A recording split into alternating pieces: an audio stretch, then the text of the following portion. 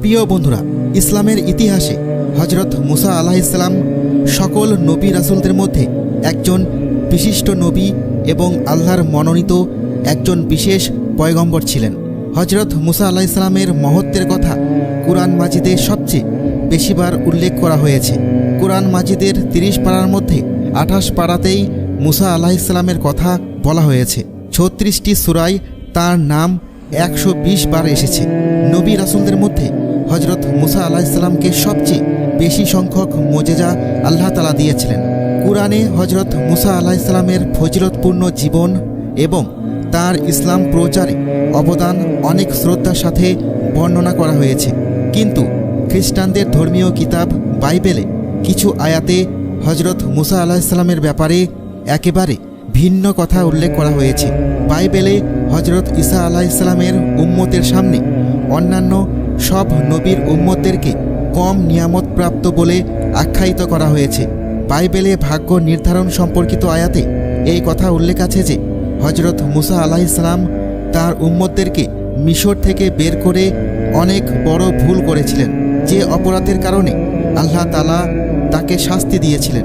Bible অনুযায়ী আল্লাহ তাআলা হজরত মুসা আলাইহিসসালামকে ওই জায়গা দেখিয়েছিলেন যে জায়গা তার পূর্বের নবী রাসূলদেরও জায়গা ছিল, যেখানে তাদের উম্মতেরা বিস্তৃত ছিল।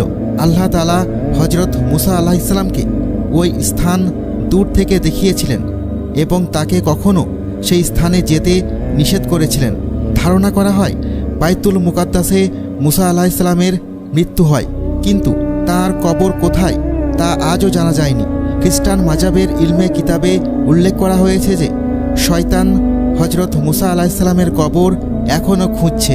এটি আসলে বাইবেলের নিউ টেস্টামেন্টের কিতাব, যা মূলত এই তথ্যের উপর প্রতিষ্ঠিত। সেখানে এটি বলা হয়েছে, কিন্তু ফেরেশতা মিকাইল আলাইহিসসালাম হজরত মুসা আলাইহিসসালামের লাশকে নিয়ে ইবলিসের সাথে দ্বন্দ্ব করার সময় ইবলিসের বিরুদ্ধে নালিশ করার সাহসিকতা দেখায়নি, কিন্তু এটা বলেছিল যে তোমার উপর আল্লাহর লানত বর্ষিত হোক। কিছু খ্রিস্টানদের মতে এই আয়াতকে কোনোভাবেই অবহেলা করা যায় না। অত্যন্ত গুরুত্ব সহকারে এই আয়াতটি পর্যবেক্ষণ করা উচিত, কারণ এই আয়াতেই আল্লাহ তাআলা এবং ইবলিসের মধ্যে হজরত মুসা আলাইহিসসালামের কবরের অবস্থান নিয়ে এক বিস্ময়কর লড়াইয়ের দৃষ্টান্ত বর্ণনা করা হয়েছে। আর একদলের ভাবনা হচ্ছে এই রকম যে ইবলিস হজরত মুসা আলাইহিসসালামের কবর এই জন্য তালাশ করছিল যাতে করে সে তার দেহ মোবারককে কবর থেকে উঠিয়ে তার লাশের সম্ভ্রম ছিনিয়ে নিয়ে বেইজ্জতি করতে পারে।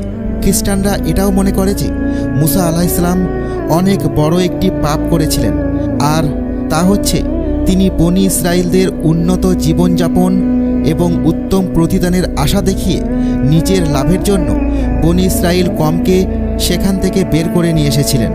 আর এ কারণেই আল্লাহ তাআলা তার থেকে তার সকল মোজেজা ফিরিয়ে নিয়েছিলেন এবং তার জীবন কেড়ে নিয়েছিলেন।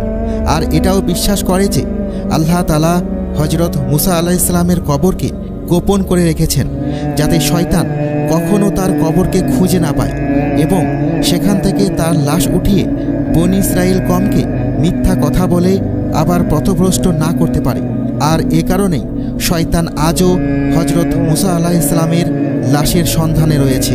হজরত আদম আলাইহিসসালাম থেকে শুরু করে আজ পর্যন্ত শয়তান এভাবেই কোটি কোটি মানুষকে পথভ্রষ্ট করেছে।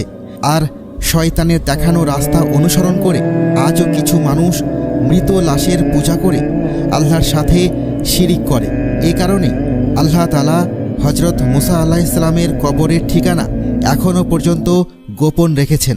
ইসলামের ইতিহাসে কোথাও হজরত মুসা আলাইহিসসালামের রওজা মোবারকের সঠিক অবস্থানের ঠিকানা এখনও পাওয়া যায় না, কিন্তু কিছু কিছু কিতাব ও আয়াত রয়েছে যেখান থেকে মুসা আলাইহিসসালামের কবরের ধারণা পাওয়া যায়।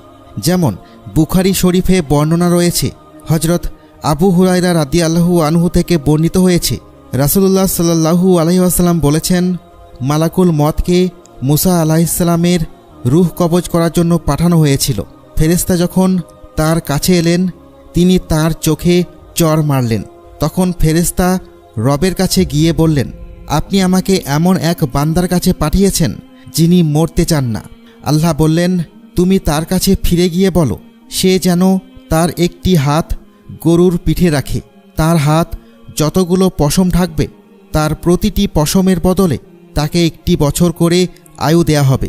মুসা আলাইহিসসালাম বললেন, হে রব, তারপর কি হবে? আল্লাহ বললেন, তারপর মৃত্যু। মুসা আলাইহিসসালাম বলেন, তাহলে এখনই হোক। তখন তিনি একটি পাথর নিক্ষেপ করলে যতদূর যায় বাইতুল মাকদিসের ততটুকু নিকটবর্তী স্থানে তাকে পৌঁছিয়ে দেওয়ার জন্য আল্লাহ তাআলার কাছে নিবেদন করেন।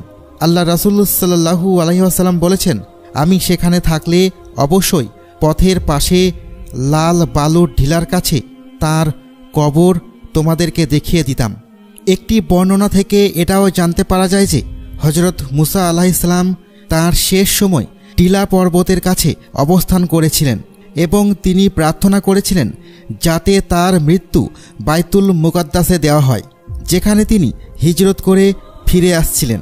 তিনি নিজের কওমদেরকে বলেছিলেন যাতে তাকে মৃত্যুর পরে বাইতুল মুকাদ্দাসে সমাহিত করা হয়, কিন্তু তাকদীর এরকমটা হতে দেয়নি। সে একটি পাথর ছুঁড়ে মারলে যত দূর যায় তার থেকে বেশি দূরে আর যেতে পারেনি। এজন্যই মহানবী সাল্লাল্লাহু আলাইহি ওয়াসাল্লাম বলেছেন যে যদি আমি ওখানে থাকতাম তাহলে ওই পাহাড়ের নিচে তার কবর মোবারক দেখিয়ে দিতে পারতাম। আরও একটি বর্ণনা হতে এটাও জানা যায় যে একদা হযরত মুসা আলাইহিসসালাম একটি কবরের পাশ দিয়ে যাচ্ছিলেন। তিনি দেখলেন সেখানে একজন ফেরেশতা একটি সুন্দর কবর খুঁড়ছে।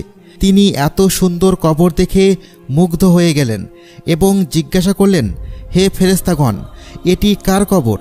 তখন ফেরেশতারা বলল, এটি আল্লাহর একজন নেক বান্দার কবর। তুমি যদি চাও এই কবরটি তোমার হোক তাহলে তুমি এখানে শুয়ে পড়ো। আর হযরত মুসা আলাইহিসসালাম ঠিক তাই করলেন এবং সেই কবরেই তিনি শেষ নিঃশ্বাস ত্যাগ করলেন এবং ফেরেশতাগণ তাঁর জানাজা পড়িয়ে তাকে সমাহিত করলেন।